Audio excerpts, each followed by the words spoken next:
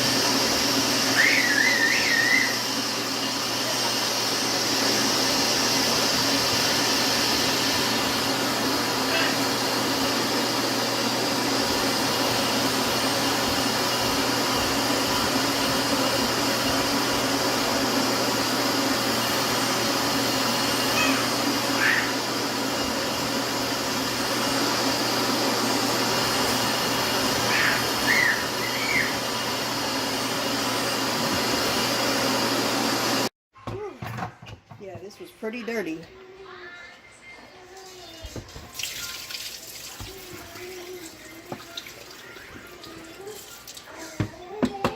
Whew, that was dirty.